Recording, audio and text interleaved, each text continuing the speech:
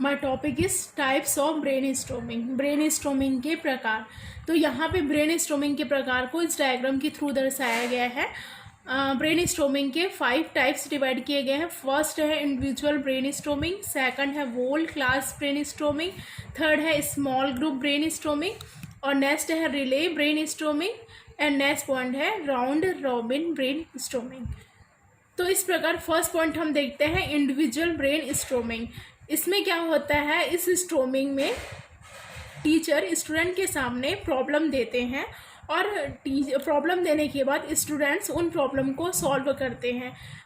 फिर उसके बाद क्या होता है, एक साथ इसमें स्टूडेंट्स एक्टिव होकर रिस्पॉन्स करते हैं, लेकिन इस प्रोसेस में स्टूडेंट्स जो हैं वो अदर स्टूडेंट्स के थॉट को नहीं जान पाते।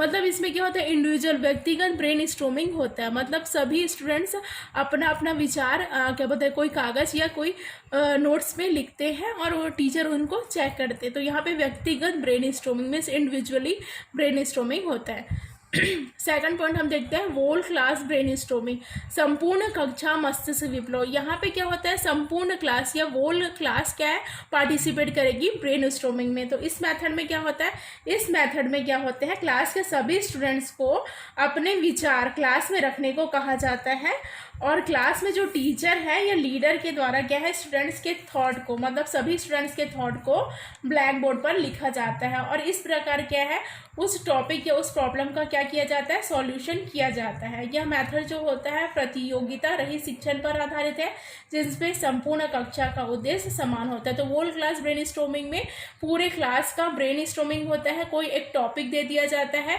जिसमें सभी स्टूडेंट्स अपने सोच या विचार विमर्श अपने कक्षा के सामने रखते हैं, सभी के सामने रखते हैं और वहाँ पे यहाँ पे होल क्लास ब्रेन स्टॉर्मिंग होता है। नेक्स्ट पॉइंट हम देखते हैं स्मॉल ग्रुप ब्रेन स्टॉर्मिंग, लघु समूह ब्रेन स्टॉर्मिंग। तो इसमें क्या होता है, जैसे क्लास को 3-4 ग्रुप्स में डिवाइड किया जाता है। मतलब जो होल क्लास रहती है, पूरी क्लास रहती है, इसको 3-4 पार्ट्स में ग्रुप्स में डिवाइड किया जाता है। और स्मॉल ग्रुप में है क्योंकि इसलिए स्मॉल ग्रुप्स में डिवाइड किया जाता है क्योंकि स्मॉल ग्रुप या लघु समूह होने के कारण क्या है, कोई भी प्रॉब्लम का सॉल्यूशन क्या है, ईजी वे में सरलता से किया जाता है। तो यहाँ पे क्या है, छोटे छोटे समूह में बांटकर यहाँ पे बच्चों का ब्रेन स्टॉर्मिंग किया जाता है। फिर नेक्स्ट पॉइंट हम देखते हैं रिले ब्रेन स्टॉर्मिंग। तो रिले ब्रेन स्टॉर्मिंग क्या होता है, यह मेथड जो होता है रिले रेस की तरह होता है। रिले रेस जो दौड़ होता है उसकी तरह होता है, जिसमें सभी स्टूडेंट्स को क्या है, रो में बैठाया जाता है। जैसे रिले रेस में स्टूडेंट्स बच्चे रो में बैठे रहते हैं, तो उसी प्रकार क्या है, ये मेथड रिले रेस पर आधारित होता है।